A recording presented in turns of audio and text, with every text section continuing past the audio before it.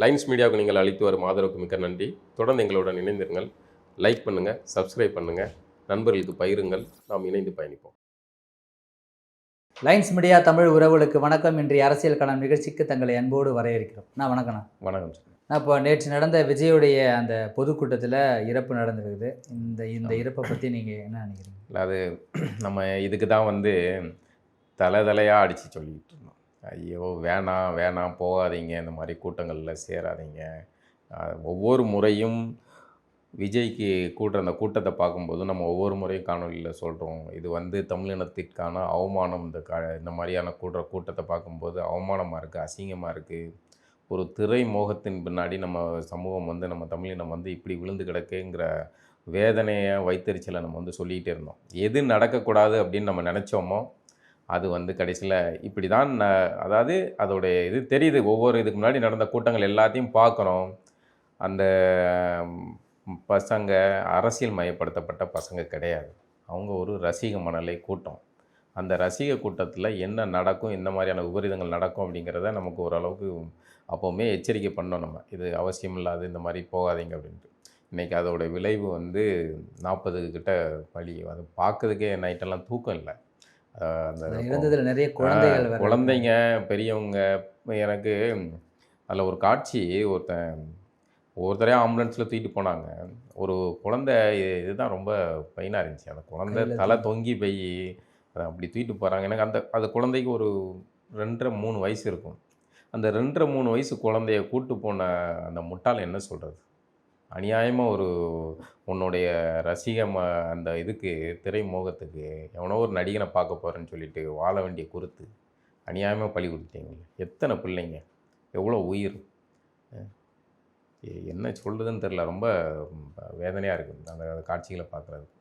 இப்படி ரொம்ப இவ்வளோ கனவுகளோடு இருந்திருப்பாங்க அந்த குழந்தைங்க. ஒவ்வொருத்தருக்கு பின்னாடி அந்த நிகழ்ச்சியை பார்க்க வரதுக்கு முன்னாடி அவங்க எல்லாருமே என்ன மனநிலையில் எவ்வளோ சந்தோஷம் வந்திருப்பாங்க. இப்போ ஒரு நொடி பொழுதில் எல்லாத்தையுமே இது பண்ணி இந்த மரணத்தை வச்சு ஒரு அரசியல் பண்ணுது திமுக அரசு. எவ்வளோ கேவலமாக இருக்குது. எனக்கு அதை பார்க்குறதுக்கு என்ன, இந்த கொலையில் இவ்வளோ கொலை நடந்திருக்கு. இது கொலை தான் நான் சொல்வேன். இது பழியெலாம் கிடையாது, விபத்துலாம் இதெல்லாம் கிடையாது. ஒரு அரசின் அலட்சியம் எவ்வளோ கேவலமானது இருந்தது அப்படிங்கிறத இந்த இதில் பார்க்கலாம். அவர்களுடைய ஒவ்வொரு கூட்டத்துலேயும் எவ்வளோ க்ரௌடு திரள்தாங்க, இவ்வளோ ரசிகர்கள் வர்றாங்க. அதை பார்க்கும்போது ஒரு காவல்துறை, அது யார் கூட்டமாகவும் இருக்கட்டுங்க, எடப்பாடி பழனிசாமி கூட்டமாக இருக்கட்டும், சீமான் கூட்டமாக இருக்கட்டும், யாரோட எந்த வெங்காய கூட்டமாக இருக்கட்டும், ஒரு அரசு என்ன பண்ணும்? நீ ஆட்சியாளர் தானே, நீ மக்களுக்காக நிற்கிறவன் தானே, மக்கள் உன்னை தேர்வு பண்ணி வச்சுருக்காங்கல்ல, நீ மக்கள்கிட்ட பாகுபாடு இல்லாமல், பாரபட்சம் இல்லாமல் தானே நீ நடவடிக்கை எடுக்கணும். நீங்கள் திமுக கரூரில் நடத்துனீங்கள்ல, போட்டிங்கள மீம்ஸ் இது போட்டிங்கள்ல, ரீல்ஸுக்காரண்ட இன்ஃப்ளூயன்சர்கிட்ட காசை கொடுத்து போட்டோ வச்சிங்கள, 1 லட்சம் சேர் கொடுத்து 1.5 லட்சம் கூட்டம் கரூரில் தரமான சம்பவம் போட்டிங்களே. கடைசியில் தான் அந்த தரமான சம்பவம் போல. உங்கள் கூட்டத்துக்கு நீங்கள் எவ்வளோ பாதுகாப்பு கொடுக்குறீங்க? ஸ்டாலினும் துணை முதல்வர் உதயநிதியும் நீங்கள் போகிறீங்கன்னா ரோடு முழுக்க எவ்வளோ காவலர்களை எவ்வளோ வெயிலில் நிறுத்துறீங்க? இதை எல்லா முதல்வரும் செய்கிறாங்க. ஸ்டாலின் மட்டும் இல்லை, எடப்பாடி வந்தாலும் சரி, அந்த நாட்காலில் உட்கார அத்தனை பேர் செய்கிறீங்கள. அந்த காவலர் மீது கொஞ்சம் கூட இறக்கம் இல்லாமல் அவங்கள நிற்க வைக்கிறீங்களா, கொடூர வெயிலில் நிற்க வைக்கிறீங்கள. நேற்று அந்த கூட்டத்தில் ஏன் அவ்வளோ காவலர்கள் இவ்வளோ கூட்டம் வருதுன்னா, ஒரு அரசுக்கும் உளவுத்துறைக்கும் தெரியணுமா தெரியக்கூடாதா? ஒரு ஆட்சி நடத்துகிறீங்க நீங்கள், என்ன சினிமா ஷூட்டிங்கா? ஆட்சி நடத்துகிறீங்க நீங்கள். இவ்வளோ கேவலமாக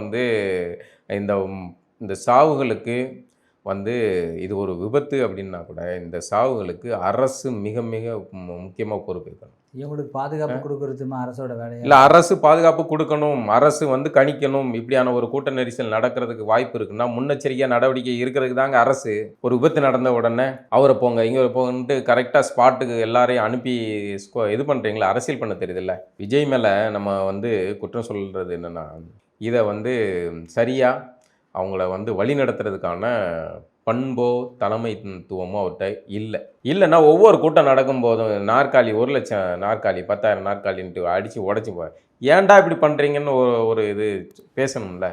ஆனால் நீங்கள் அதை இந்த மாதிரியான க்ரௌடு திரளுது அப்படின்னா ஒரு பெரிய அரங்கத்தில், பெரிய ஒரு மைதானத்தில் அங்கே கூட்டத்தை நடத்தணும் இல்லையா? அரசும் இவர்கள் இவ்வளோ கூட்டம் வருதுன்னா சின்னதான தெருகளில் கொடுக்கக்கூடாது. அப்போ இது எல்லாமே திட்டமிட்டு வந்து இப்படியெல்லாம் நடக்கிறதுக்கான வாய்ப்புகள் உள்ள மாதிரியான ஒரு சூழலை இவங்க சொல்ற உருவாக்கிட்டாங்க. இடத்துல கேட்கலாம், நீங்க நாங்க கேட்குற இடத்துல கொடுக்க மாட்டேங்கிறீங்கன்னு சொல்லிட்டு இவங்க சண்டை போடுறாங்க அதுல. அதனால அவங்க நீங்க சொன்ன கேட்குற இடத்த இடத்துல ஒரு கொடுக்க தேர்வு மாட்டுக்காங்க, பண்றாங்க. இவங்களா ஒரு இடத்த கொடுக்குறாங்க. ம். கேட்குற இடம் பிரம்மாண்டமான பெரிய இடமா இருக்குது, வசதி வாய்ப்புகளோட இருக்கிற இடத்த அவங்க கேட்குறாங்க, அந்த இடத்த கொடுக்க மாட்டுக்காங்க. ஒரு நெருக்கடியான